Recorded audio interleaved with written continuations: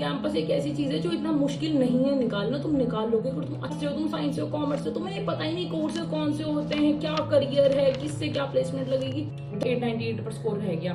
फिर नॉर्मलाइजेशन लगी तो मेरा स्कोर 58 मार्क्स से कम हो गया। Have been to more than 9 colleges. ये 1 घंटा दूर था कॉलेज, वो देहात के बीच में लोकेटेड था। बोर्ड एग्जाम की मैं अपनी कहानी बताई थी, कैसे मेरे फेल होने के आसार हो रहे थे पूरी बार। हाँ, तो यूट्यूब पे बहुत सारी वीडियोस तुम्हें मिल जाएंगी सीयूईटी गाइडेंस से रिलेटेड, जो तुम्हें बता देंगे किस कॉलेज के लिए क्या पढ़ना है, किस स्ट्रीम से related. And obviously you can see those videos, all of them are good. I don't know why you clicked on my video, but if you did, thank you यार। I think this is probably my first video and the reason that I am making this video is because मैंने ना 2 reels मेरी बहुत contradictory जो थी एक दूसरे से, वो वायरल चली गई थी। एक चली गई थी मैथ्स बोर्ड एग्जाम की, मैं अपनी कहानी बताई थी कि कैसे मेरे फेल होने के आसार हो रहे थे, पूरी बर्बाद थी मैं उस टाइम पर। और फिर मैं बताया था कि मेरा किरोड़ीमल कॉलेज में एडमिशन, लोगों को पता चला कि मेरा किरोड़ीमल में admission. I have been getting a lot of DMs, मतलब दिन के ही मेरे को 12-13 डीएम्स रोज के आते हैं।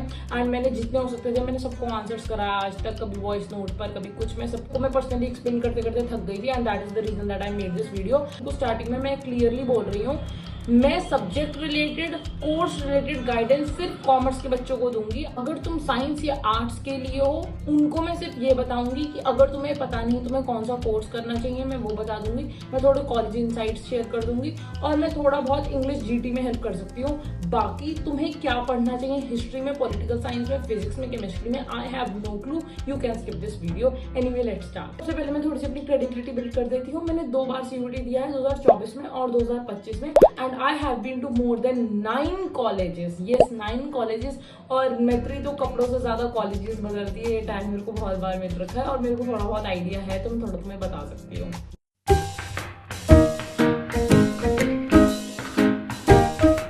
कहानी की शुरुआत होती है 2024 जनवरी से। मेरे 12th का आखिरी का 1-2 महीने बचा था और उस टाइम पर सारे बच्चे यही बात कर रहे होते हैं, कॉलेजेस, करियर्स, प्लेसमेंट कहाँ पर अच्छी है। और मैं पूरा प्रेजेंट कर रही थी, हाँ मेरे को तो कुछ पता है। मेरे को कुछ भी नहीं पता था, मैं बिल्कुल क्लूलेस थी। बहुत बच्चों को नहीं पता होता इस टाइम पर कि करियर में क्या करना है, which I think is completely fine. Delhi university, ये यूनिवर्सिटी की बातें करते थे, मेरे को बहुत फोमो चढ़ता था। मैंने कहा अरे क्या बातें हैं, मेरे को नहीं जाना ये कॉलेज, मेरे को डीयू तो बिल्कुल भी नहीं जाना, मेरे को तो फॉरेन पढ़ने जाना है। मेरे को तो बचपन से बाहर पढ़ना था, बचपन से मेरे को था कि 10th खत्म होते मैं तो बाहर चली जाऊंगी। इंटर भी दिया था 2-4 स्कूल में और मेरा एक एडमिशन हो भी गया था एलए के एक स्कूल में। पर उस टाइम पर यही पंगा आता है कि below 18 you can not go alone, you need an adult with you. तो मैंने उस टाइम पर तो छोड़ दिया था एंड आई वाज लाइक ठीक है, मैं 12th के बाद चली जाऊंगी। और मेरे भाई ने उस टाइम पर मेरे को कॉल करा एंड ही वाज लाइक बिल्कुल मत आइयो, क्योंकि मेरा भाई स्पेन ही ठहरा है पिछले 2-3 साल से फुटबॉल के चक्कर में। तो उसने कहा कि बहुत expensive and it is not worth it, मेरे दोस्त भी बाहर से कर रहे हैं, बिल्कुल मत आइयो, मास्टर्स में आइयो। उसने बहुत कन्विंस करा, बहुत ज्यादा। और मैं बहुत गुस्सा भी थी उस टाइम पर कि ये खुद तो चला गया, मेरे को नहीं जाने दे रहा। मैंने कहा मैं तो जाऊंगी। उसने बहुत ज्यादा मेरे को समझाया कि it is not worth it, तू देख, तू ROI देख, इतना नहीं वर्थ इट, तेरे दिमाग पे बहुत प्रेशर क्रिएट हो जाएगा इतनी कम एज में अगर तू वो आएगी। तो मैंने कहा ठीक है। मैंने ना सेफ साइड के लिए सीयूईटी के फॉर्म वगैरह भर दिए थे, IPU के भी फॉर्म वगैरह भर दिए थे, मेरी क्लास के सारे बच्चे भर रहे थे। मैंने कहा ठीक। टाइम बाद में कन्विंस भी थी कि ठीक है बाहर नहीं जाना, बहुत एक्सपेंसिव है, फलाना ढिमकाना। पास के सारे बच्चे कोचिंग सेंटर्स ज्वाइन कर रहे थे, प्रथम वगैरह वगैरह। और मेरे को तो पता भी नहीं था कि कैसे पढ़ना है सीयूईटी के लिए कुछ। अब क्योंकि मेरे दोस्तों ने, जतिन राजपाल सर हैं इकोनॉमिक्स के, मैंने 12th में इको पढ़ी थी और उन्होंने सीयूईटी का अपना कोर्स निकाला था। तो मैंने कहा ठीक है मैं यहाँ पर एडमिशन ले लेती हूँ। मैंने कहा ठीक है, मेरे घर के पास ही मैं चली जाऊंगी। अब मैं उनकी कोई शेम नहीं कर रही, भाई जिस बच्चे को जहां पढ़ना होता है ना वो पढ़ लेता है। अब मैं पढ़ने वाली बच्ची नहीं थी। मैंने 1 महीना वहां पर काटी है मौज। मैं 1 महीना जाती थी, वहां पर सिर्फ इंग्लिश पढ़ाते थे और जीटी पढ़ाते थे। और ये गलती हर एक बच्चा करता है, जीटी और इंग्लिश पे अपना बहुत टाइम बर्बाद करता है। अब मैं वहां जाती थी सुबह 8 बजे, घर में आती थी 2 बजे और वहां पर सिर्फ जीटी इंग्लिश होकर मैं सो जाती थी और बिल्कुल फकड अप सी तैयारी चल रही थी। मेरे को डोमेन्स का तो सबको यही था कि ठीक है अकाउंट्स BSc तो तुम खुद ही कर लोगे, इसमें तो कोई बड़ी बात है ही नहीं। उस टाइम पर ना मेरे को इकोनॉमिक्स ऑनर्स और बीकॉम छोड़ के कोई कोर्स का नाम भी नहीं पता था, मैं इतनी क्लूलेस थी। मेरे को सिर्फ एक कॉलेज पता था, रामजस, और दूसरा जो मेरे को बाद में पता चला था श्री राम, वो भी मेरे को लोगों की वजह से पता चला था, लोग बहुत हाइप करते थे। मैंने कहा ठीक है होगा कोई कॉलेज। अब इस टाइम पर मेरा पेपर पास में आने वाला था सीयूईटी का। मेरे किसी सीनियर ने मुझसे बात करनी स्टार्ट करी एंड उसने कहा कि यार तेरे को तो बाहर जाना था। मैंने कहा हाँ यार। कहता तेरा तो हमेशा से सपना था, उसे पता था। मैंने कहा हाँ। कहता कहा देख मैं तो नहीं जा पाया पर तू जरूर जाइयो। मैंने कहा देख मैं तो इंडिया से कर रहा हूँ, मैं तभी 2nd ईयर में भी आ चुका हूँ और बिल्कुल भी वर्थ इट नहीं है, तू बहुत परेशान होगी, तू बाहर ही जाओ। उसने पूरा कन्विंस करा। मैंने कहा तो सब खत्म हो गया, नहीं जा सकती मैं। उसने कहा नहीं स्प्रिंग इनटेक से जा सकती हो, तो थोड़ा सर्च कर। अब मैंने सर्च वगैरह करना स्टार्ट कर दिया। अब मेरा पेपर 1 हफ्ते बाद सीयूईटी का। यहाँ पर अलग ख्वाब बुनने लग गई हूँ। मैंने सर्च वगैरह करा और मैंने फाइनल कर दी थी कंट्री अपनी न्यूजीलैंड और मैंने अप्लाई वगैरह कर दिया वहाँ पर। अब for the sake of it मैंने सीयूईटी के पेपर दे दिए जो कि बहुत ईजी आए थे, जिनमें मैंने बिल्कुल बिल्कुल भी नहीं पढ़ा। मैंने लिटरली 2 दिन पढ़ा था, 2 दिन, कुछ पेपर्स के लिए तो लिटरली 2 घंटे, और मैंने ऐसे ही हंसी मजाक में पेपर दे दिए थे, क्योंकि मेरे तो बैक ऑफ द माइंड में ये था कि ठीक है मैं तो बाहर जाऊंगी। अगस्त में सारी चीजों के रिजल्ट आने थे, IPU के, DU के, न्यूजीलैंड के। सबसे पहले रिजल्ट आता है IPU का, कॉलेज अलॉट हो जाता है महाराजा सूरजमल फॉर BBA। अब वो कॉलेज ऐसा कॉलेज था जहाँ पर पढ़ने जाती थी जतिन राजपाल सर की क्लास में, वहाँ पर जितने भी टीचर्स थे बाकी सारे, उन सबने इतना हाइप बना रखी थी कि IPU का सिर्फ एक कॉलेज होगा और सूरजमल। और मेरे को लगा ओ मैंने तो बिल्कुल बेस्ट चीज क्रैक कर ली, DU तो मेरी औकात के बाहर वैसे ही, मेरे को तो बेस्ट चीज मिल गई। उनकी पॉलिसी थी कि चाहे तुम्हें एडमिशन उस कॉलेज में चाहिए या नहीं चाहिए, या किसी और कॉलेज में चाहिए, मतलब कुछ भी, अगर तुम्हें फर्दर राउंड में पार्टिसिपेट करना है या ये कॉलेज ड्रॉप करना है, तुम्हें 97,000 रुपीज देने ही देने हैं। अब मैंने वो 97,000 रुपीज भी दे रखे थे। अब 2-4 दिन बाद CUET का रिजल्ट आ जाता है और उसमें मेरा स्कोर आता है 670, मतलब कुछ खास नहीं मिलना था, मेरे को ही पता था। एक हफ्ते बाद मेरे को पता चलता है कि IPU में ना तुम्हें कॉलेज जो भी मिला है वो कंफर्म करने के लिए तुम्हें ऑफलाइन कॉलेज में जाना पड़ेगा, और जो भी तुम्हें अपनी डिटेल्स वगैरह देनी पड़ेंगी। अब 2 घंटे बचे थे उस चीज को, और सूरजमल मेरे घर से था भी बहुत दूर, और मेरे को पूरा बुखार चढ़ रखा था उस दिन। मैं पूरी भगी हूँ और मैं लेट हो गई, और उन्होंने कहा तुम तो बेटा लेट हो, ये वो। मैंने कहा प्लीज देख लो। उन्होंने कहा चलो कोई बात नहीं, तो मैं ना पहले 55,000 रुपये सबमिट करने पड़ेंगे। मेरे को ये किस बात के? उन्होंने कहा नहीं ये तो पॉलिसी है, तुम्हें देने ही पड़ेंगे। मैंने कहा यार, फिर मैंने कॉलेज देखा, मैंने कहा कॉलेज लग तो ठीक रहा है, फिर मैंने कहा यार this is not worth it, मैं अपने पापा का पैसा बहुत बर्बाद कर रही हूँ। सीनियर को कॉल करा, मैंने कहा मेरा स्कोर आ रखा है 670, मेरे को क्या DU में कुछ मिल सकता है, बिकॉज मैं यहाँ पर 1.5 लाख रुपए और नहीं देना चाहती। तो उसने कहा पता नहीं, मिल भी सकता, नहीं मिलना चाहता तो छोड़ दे, पर अगर IPU के बाद में और राउंड होंगे तो छोड़ दे, IPU के होते रहते हैं। मैंने कहा ठीक है, मैंने वो कॉलेज छोड़ दिया। बाद में मेरे को बहुत रिग्रेट हो रहा था मैंने क्यों छोड़ा। अब थोड़े टाइम बाद मेरे पास एक कॉल आती है मेरे उसी सीनियर की जिसने मेरे को बोला था कि तू फॉरेन कंट्री गई हो, ये वो। उसने कॉल करा, उसने कहा यार तेरा अभी तक न्यूजीलैंड का रिजल्ट नहीं आया, उस टाइम पर तो आ जाते कि तू चेक कर। मैंने चेक करा, मैंने कहा यार मेरे तो साइट वाइट नहीं काम कर रही। मैंने कहा पता नहीं क्या, तो तू मेरे को पासवर्ड भेज दे, मैं चेक करता हूँ। मैंने कहा ठीक है, मैंने पासवर्ड भेजा। उसका थोड़े टाइम बाद कॉल आता है, उसने कहा भाई कॉन्ग्रेचुलेशन, ये सब तू तो भाई तू तो सब सही कर दिया। मैंने कहा क्या हो गया? उसने कहा तेरा तो एडमिशन हो गया। उसने मेरे को भेजा PDF, यूनिवर्सिटी ऑफ ओटागो में भी एडमिशन हो गया था, और यूनिवर्सिटी ऑफ ऑकलैंड में भी हो गया था, और यूनिवर्सिटी ऑफ ओटागो में मेरी 7.5 लाख की स्कॉलरशिप भी लग गई थी। मैंने अभी तक मम्मी पापा को कुछ खास कन्विंस करा नहीं था, मैं उन्हें थोड़ा बहुत बताती रहती थी कि मेरे तो बाहर पढ़ने का मन है, पर मैंने उन्हें ये सब नहीं बताया था। मेरे को वहाँ पर कन्विंस करना स्टार्ट करना। टाइम बाद DU का रिजल्ट आ जाता है, और उसमें मेरे को कॉलेज अलॉट होता है दीनदयाल उपाध्याय, और उसमें मेरे को मिलता है इंग्लिश ऑनर्स में। तो मेरे को ये था यार इंग्लिश ऑनर्स तो नहीं करना। पापा ने कहा चलो वेट कर ले, देखते हैं कुछ और बेटर मिल जाए। मैंने कहा मैं तो बाहर जाने का, मैंने उन्हें थोड़ा परसुएट करना स्टार्ट कर दिया। धीरे धीरे मैंने उन्हें मनाना स्टार्ट करा, बहुत मनाना स्टार्ट करा। मेरे पापा मान चुके थे, मेरे मामा मान चुके थे, मेरी नानी मान चुकी थी, पूरा घर परिवार सब मान चुके थे, पर मेरी मम्मी बिल्कुल भी नहीं मान रही थी। वो बिल्कुल भी नहीं मान रही थी। शी वॉज वेरी एडमेंट कि मैं तो अपनी लड़की को बाहर नहीं भेजूंगी, मैं तो नहीं रह सकती इसके बिना, ये वो। उसके 2-4 दिन बाद रिजल्ट आ जाता है DU का सेकंड राउंड, और उसमें मेरे को मिल जाता है Delhi college of arts and commerce south campus. मेरे को लगा था ये तो ठीक है, साउथ कैंपस का तो नाम सुना है, मेरी औकात के हिसाब से तो ये सही मिल गया। पर मैं इंग्लिश ऑनर्स में उतना कन्विंस नहीं थी, because English honours is very literature heavy, और वो मेरे को नहीं करना था। पर जब मैंने साउथ कैंपस का नाम सुना तो मैंने कहा चलो यार देख लूंगी। अब यहाँ पर जाते जाते मैं अपनी मम्मी को कन्विंस कर रही थी, और मेरी मम्मी कन्विंस पूरी तरीके से हो भी गई थी। अब एक दिन क्या होता है, वो बात करती करती रोने लग जाती हैं, और वो प्रॉपर रोने लग जाती हैं, और मेरी मम्मी कभी भी नहीं रोती, और ये देखकर मेरी हालत खराब हो जाती है। मैंने कहा ये क्या हो रहा है? तो ये बोलती हैं कि बेटा तू तो बैचलर्स भी वहीं से करेगी, अब मास्टर्स के लिए भी चली जाएगी, तू तो जॉब भी वहीं करेगी, मतलब मैं तो अपनी बेटी को एक तरीके से अभी भेज रही हूँ, तो वापस नहीं आएगी, मेरा तो दोनों बच्चे बाहर चले जाएंगे, मैं किसके साथ रहूंगी। मेरी ये देखकर बहुत हालत खराब होती है। और अगर मेरे को उतना अजीब नहीं लग रहा होता, क्योंकि एक रात पहले बैठकर मैंने हिसाब जोड़ा था स्कॉलरशिप के बाद कितना खर्चा होगा न्यूजीलैंड में। मेरे को भी बहुत अजीब लग रहा था कि यार मैं भी चली जाऊंगी, तो मैं पूरा अप्रॉक्सीमेटली लगाया था, तो 85 to 90 लाख का खर्चा बन रहा था 3 सालों का, which I thought was a lot. मैंने कहा भाई ये तो बहुत ही ज्यादा एक्सपेंसिव हो जाएगा। इसी के बाद मेरी मम्मी रोने लग जाती है, तो मैंने कहा मैं नहीं कैसे बताऊं, मेरे तो ऑलरेडी मन नहीं मान रहा बाहर जाने के लिए। 4 दिन बाद वो मेरे से कहती हैं कि देख तेरे को जाने दो, तू चली जा, मेरे रोने के ऊपर मत जाइए, मैं तो ऐसे ही रो पड़ी थी, और तेरे को जाने दो तो तू जा, तू बस खाना बनाना सीख ली, क्योंकि वहां पर अकेले रहेगी वो। मैंने कहा ठीक है।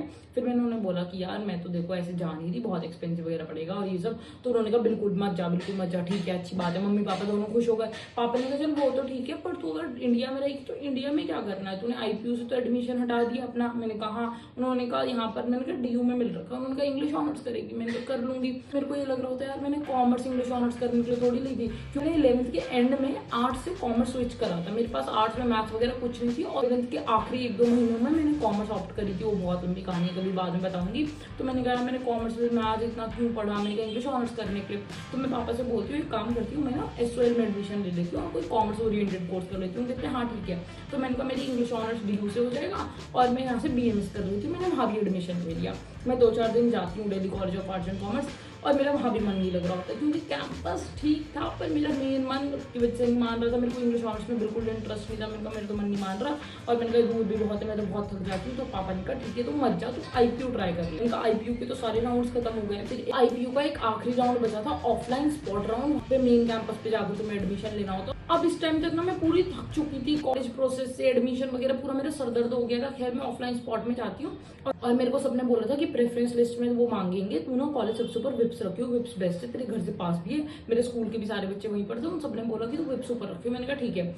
एक रात पहले मेरे पास कॉल आती है मेरे किसी दोस्त की, और उसने कहा देख ले मैत्री, तुझे विप्स जाना है तो ठीक है, मैं भी विप्स से जाना चाहता हूँ, और मैं भी कल तेरे साथ स्पॉट राउंड में आ रहा हूँ, बट क्या पता यार तेरे को विप्स मिल जाए और मेरे को ना मिले। तेरे को तो मिल जाएगा, तेरा स्कोर अच्छा है, मेरे को नहीं मिलेगा, और तू अकेली परेशान हो जाएगी, तू मत जा, देख ले, तू तंग हो जाएगी।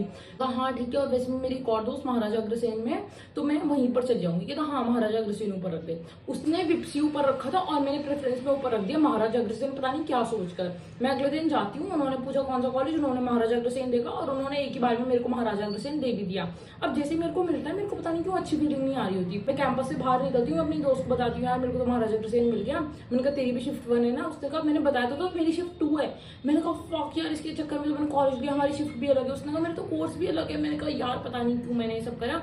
स्कूल वाले बच्चों का फोन वगैरह आता है और वो कहते हैं कि कौन सा कॉलेज मिला। मैंने कहा महाराजा अग्रसेन। उन्होंने कहा तू पागल है क्या, हमने बोला था ना विप्स लेना चाहिए, विप्स लेना चाहिए। मैंने कहा यार अच्छा है महाराजा अग्रसेन। उन्होंने कहा कुछ अच्छा बच्चा नहीं, तू पागल हो जाएगी, तूने बहुत गलत कर दिया। मैंने कहा तुम चुप रहो, क्या देख लियो। मैं महाराजा अग्रसेन जाती हूँ 2-4 दिन, 1 हफ्ता, और मैं पागल हो जाती हूँ। हाँ सही में पागल हो जाती हूँ। मेरे घर से 1 घंटा दूर था कॉलेज, वो देहात के बीच में लोकेटेड था। वहाँ का क्राउड इतना वाहियात था, वहां पर लगातार क्लासेस होती थी, कोई ब्रेक्स नहीं है, और वहां पर यूनिफॉर्म भी थी। मैंने कहा मैं तो पागल हो रही हूँ, मैंने कहा मैं नहीं रह सकती। मैं 2-4 हफ्ते जाकर इतना परेशान हो जाती हूँ। मैं अपने पापा से बोलती हूँ तो देखो भाई, अगर कोई राउंड बचता है जिसमें मेरे को विप्स मिल जाए तो ठीक है, वरना मैं ड्रॉप ले लूंगी। मैं इस कॉलेज में कंटिन्यू नहीं कर सकती, मैं तंग हो गई हूँ इस कॉलेज से। अगले 1-2 राउंड निकलते भी IPU, पर हर बार विप्स में सीट्स 0 ही आ रही होती। विप्स पूरा भर गया था। मैंने कहा यार मेरे को तो विप्स जाना चाहिए था, क्या कर दिया मैंने, क्या कर दिया।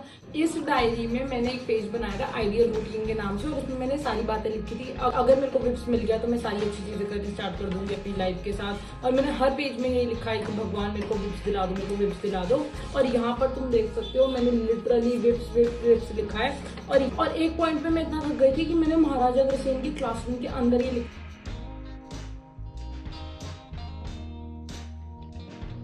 if I could get anything that I want, I would get into VIPS BCom programme. और विप्स में BCom ऑनर्स मिलना तो बिल्कुल मुश्किल था क्योंकि सारी सीट्स उसमें 0 आ रही थी। अब पता नहीं कैसे, जिस दिन ये मैंने सारी मैनिफेस्टेशन करी थी, अगले ही दिन एक लिस्ट आती है सारे कॉलेजेस की और उनके प्रोग्राम्स वगैरह की, कितनी वेकेंट सीट्स हैं।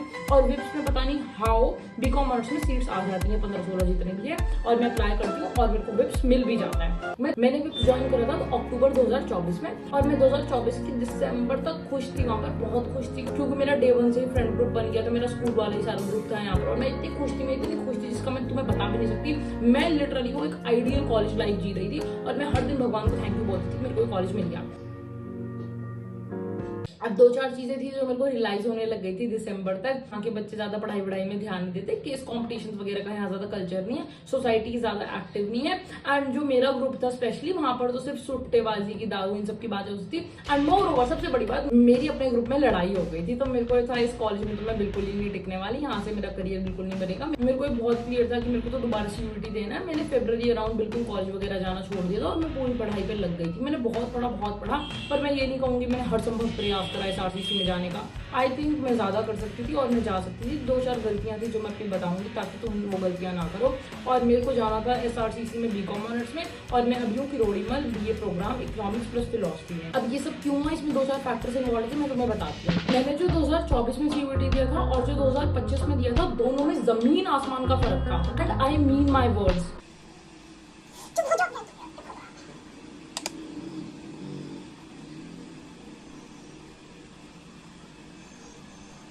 सबसे पहली बात तो 2024 में जब मैं पेपर दिया था वो पेन पेपर बेस्ड पेपर था, एक ही शिफ्ट में हुआ था, इसमें कोई नॉर्मलाइजेशन वाली चीज नहीं थी। दूसरी बात, जो सिलेबस था बहुत इजी था, डायरेक्ट अगर तुमने 12th में तमीज से पढ़ा है तो तुम डायरेक्टली क्वेश्चंस कर सकते थे। सबसे बड़ा फर्क था वो ये था कि 2024 में तुम 10 क्वेश्चंस छोड़ सकते थे। अगर तुमने तमीज से उस टाइम पर पढ़ा होता तो तुम्हारा आराम से SRCC निकल सकता था।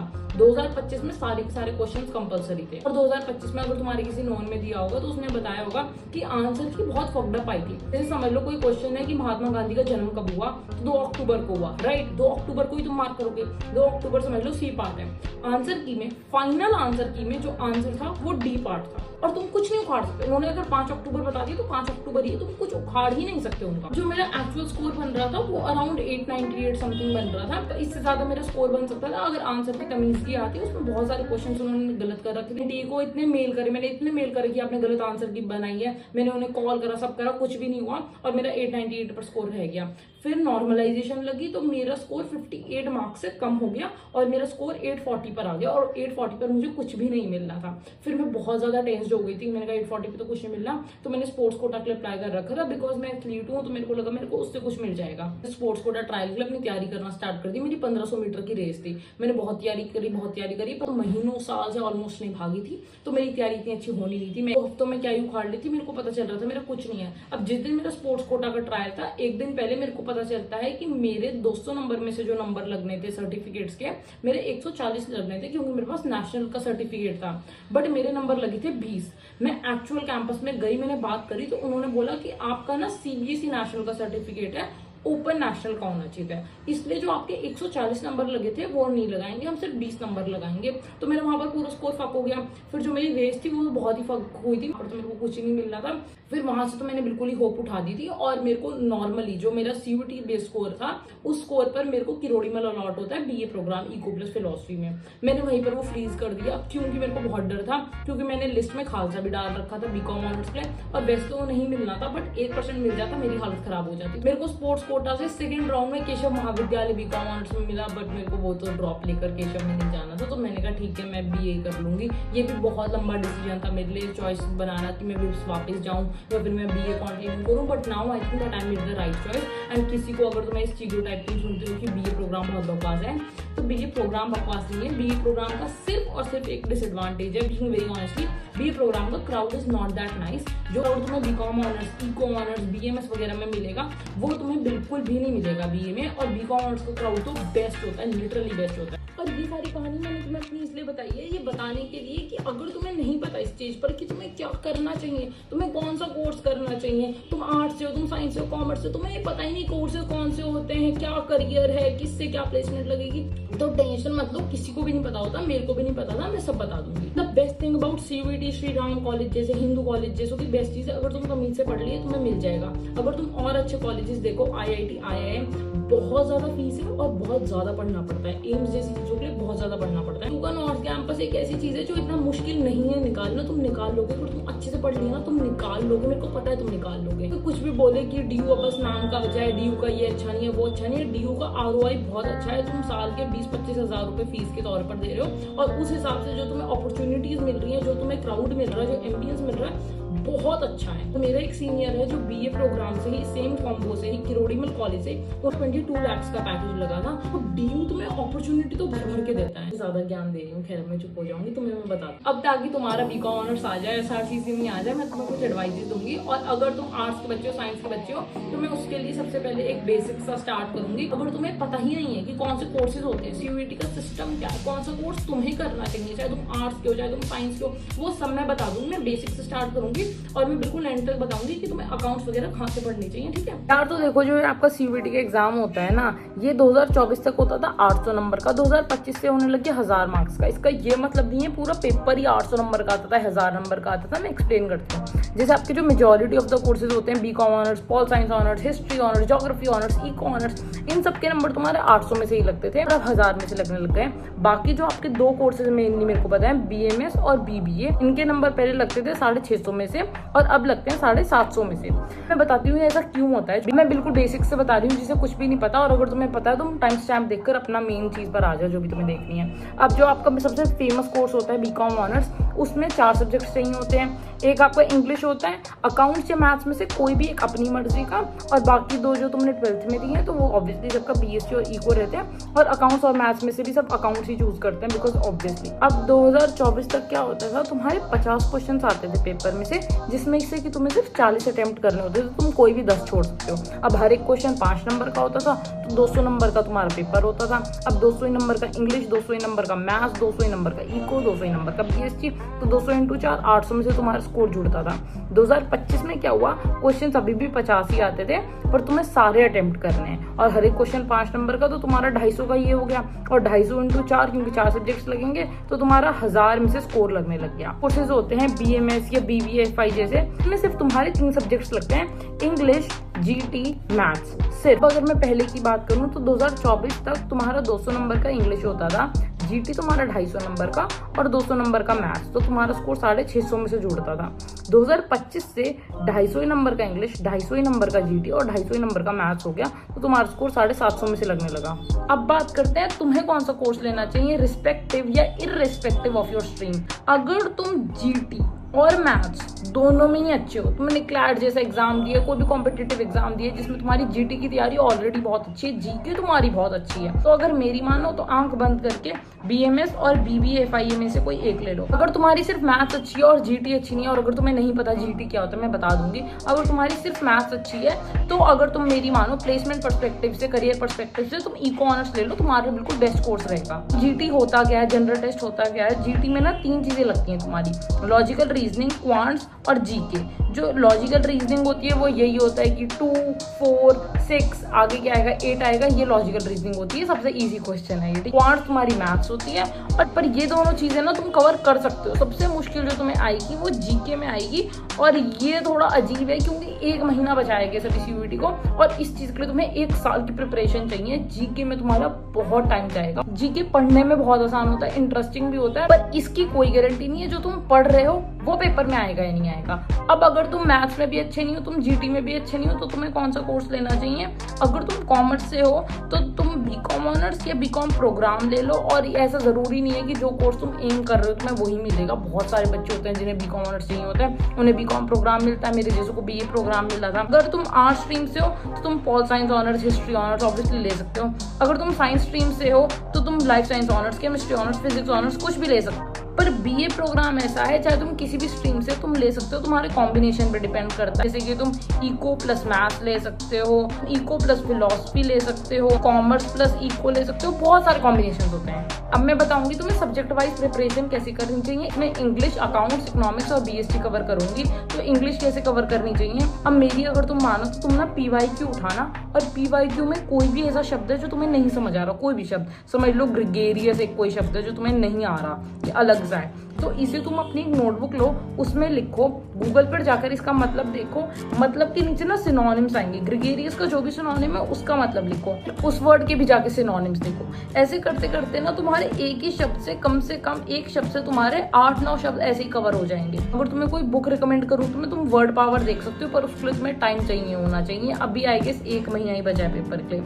अच्छा, one more thing that I would like to add is, यार तुम ना रूट वर्ड्स जरूर कर लेना, सबसे ज़्यादा इंपॉर्टेंट है। रूट वर्ड्स बेसिकली होते हैं, जैसे बेनी अगर किसी भी शब्द में आ रहा है तो उसका मतलब गुड ही होता है। उसके एग्जांपल्स तुम ले लो, बेनिफिशियल, बेनिफिट, बेनीवॉलेंट, ऐसे तुम बहुत सारे वर्ड्स अगर कर लोगे, एग्जाम में तुम्हें कोई शब्द नहीं भी आता होगा तो तुम गेस कर लोगे, अंदाजा लगा लोगे। सबसे जो बेस्ट चीज़ है वो तुम यूट्यूब पर जाके रुबेका मैम के चैनल को देख सकते हो, और बहुत सारी यूट्यूब पर तुम्हें वर्ड लिस्ट की वीडियोस मिल जाएगी। मेरे पास भी एक लिस्ट थी, मैंने ऑलमोस्ट 2400 शब्द बनाए थे, मेरे पास वो लिस्ट अभी है, अगर कोई मांगेगा तो मैं दे दूंगी, पता नहीं, पर तुम्हें यूट्यूब पर और बेटर वीडियोस मिल जाएंगी। बाकी तुम मॉक टेस्ट लेकर देखो कि तुम्हारा टाइम से पेपर हो भी रहा है या नहीं हो रहा, और तुम अपने फोन में कोई भी वोकैबुलरी रिलेटेड ऐप डाल लो जो तुम्हें हर 5 मिनट में, हर 15 मिनट में, जब भी तुम जितना भी टाइम डालो, हर 1 घंटे में एक शब्द देता रहे। वो बहुत अच्छे शब्द देता है और वो वाले पेपर में आ भी जाते हैं। अब बात करते हैं अकाउंट्स के लिए कैसे तुम्हें प्रिपरेशन करनी चाहिए। देखो, अगर तुम्हारे पास पैसा है अगर तुम्हारे पास 6-7 हजार रुपए जितने भी है, तुम अगर ये अफोर्ड कर सकते हो, यूट्यूब पर एक सर है सुनील पांडा सर, उनका एक SPCC ऐप है, उन पर जाकर उनका कोर्स ले लो। आई के साथ 3 अप्रैल है, 5 अप्रैल से वो कोर्स स्टार्ट हो रहा है और वो बहुत बहुत बहुत ही सब कुछ कवर करा देंगे। तुम्हें इसके बाद कोई वीडियो देखने की जरूरत नहीं पड़ेगी। अगर तुम्हारे पास पैसे नहीं है तो तुम्हें क्या करना चाहिए, सबसे पहले तुम्हें यूट्यूब वीडियो पर जाकर जो भी चैप्टर है, जैसे फंडामेंटल्स ऑफ पार्टनरशिप, जो भी चैप्टर है, शेयर्स वगैरह, यूट्यूब पर जाकर उन्हीं की वीडियो देख लो, या रजित सर की, जिसकी भी तुम्हें समझ आती है। जाओ अपने नोट्स बनाओ, समझो उस चैप्टर में क्या है। उसके बाद अगर टाइम तुम्हारे पास बहुत है तो तुम जाके TS ग्रेवाल सॉल्व कर लो। मैंने तो हर एक क्वेश्चन सॉल्व करा था, TS ग्रेवाल का सारे क्वेश्चन सॉल्व करे थे, पर ये मैं रिकमेंड नहीं करूंगी क्योंकि टाइम नहीं है। उसमें जाके सारे इंपॉर्टेंट क्वेश्चन सॉल्व कर लो। अब इंपॉर्टेंट क्वेश्चन कौन सा है वो कैसे पता चलेगा, वो तुम यूट्यूब पर जाकर सर्च कर सकते हो, बहुत सारे टीचर्स बता देते हैं कौन कौन से इंपॉर्टेंट क्वेश्चन है। अब इसके बाद तुम्हारा ना चैप्टर पे थोड़ा होल्ड आ जाएगा, तो तुम यूट्यूब पर जाकर सुनील पांडा सर के ना chapter wise CUET based 20 most important question है हर एक के, और वो पेपर में आते हैं 100%, वो जाकर देख लेना। उसके बाद जाकर एक ओसवाल किताब आती है CUET, उसके चैप्टर वाइज क्वेश्चंस प्रैक्टिस करना, और ये सारे क्वेश्चंस तुम्हारे बहुत सारे हो जाएंगे। इसके बाद तुम मॉक लेना स्टार्ट करो, अकाउंट्स का पूरा एक मॉक लेना स्टार्ट करो और देखो तुम कितना सॉल्व कर पा रहे हो। ओसवाल के एंड में भी मॉक्स होते हैं, पर मैं तो रिकमेंड करूंगी सुनील सर के मॉक ले लो, बेस्ट होते हैं।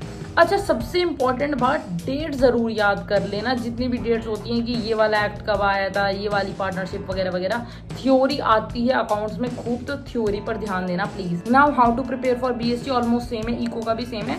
तुम्हें ना जाकर NCERT तुम पढ़ सकते हो BSc की, पर मैं रिकमेंड नहीं करूंगी, बहुत ज्यादा टाइम वेस्ट होगा। तुम यूट्यूब पर जाकर ना चैप्टर समझो किसी भी एक यूट्यूबर से, जो भी तुम्हें समझ आता है, और खुद के नोट्स बनाओ। जब तक तुम खुद के नोट्स नहीं बनाओगे तुम्हारे चैप्टर पे होल्ड नहीं आएगा। इसके बाद ओसवाल के, सुनील सर के, या और भी तुम किसी को जानते हो, MCQs लो उस चैप्टर के और खूब प्रैक्टिस करो। अब तुमने जब MCQs वगैरह प्रैक्टिस कर ली, तुम्हारा अगेन चैप्टर पे होल्ड आ गया, तो मॉक्स प्रैक्टिस करो, PYQ प्रैक्टिस करो, और जितने भी बॉक्सेस होते हैं तुम्हारे NCERT में, तो वो प्लीज कवर कर लेना। सुनील सर ना NCERT को कवर करते हुए एक वीडियो बनाते हैं, इंपॉर्टेंट चीजें मार्क करा देते हैं, तो वो जरूर याद कर देना। छोटे छोटे कलरफुल बॉक्सेस होते हैं ना NCERT में, वो जरूर कर लेना। इकोनॉमिक्स कैसे प्रिपेयर करनी है, अब पिछले साल ना इकोनॉमिक्स ने बच्चों को बहुत ज्यादा रुलाया था, क्योंकि बहुत अनएक्सपेक्टेड आ गई थी, और हर साल ये लोग सिलेबस बढ़ाते ही जा रहे हैं। इस बार इंडियन इको भी है, मैक्रो भी और माइक्रो भी है, सबसे ज्यादा सिलेबस है इको का। तो तुम्हें सबसे पहले क्या करनी चाहिए, तुम कुछ भी कर सकते हो, तुम्हारे ऊपर है। मैं होती तो मैं सबसे पहले माइक्रो कवर करती, क्योंकि मेरे को मुश्किल लगती है, फिर मैं मैक्रो पर जाती हूँ, और फिर इंडियन इको जाती, क्योंकि इंडियन इको सबसे ज्यादा ईजी है। तुम्हें सिर्फ रटनी है तुम्हें। जो भी तुम्हारा चैप्टर है, सबसे पहले जाकर यूट्यूब पर देखो, उसकी वीडियो नोट्स बनाओ खुद के। NCERT की रीडिंग सुनील सर कराते हैं, खुद से मत करना, बहुत टाइम वेस्ट होगा, बहुत कॉम्प्लेक्स लैंग्वेज है।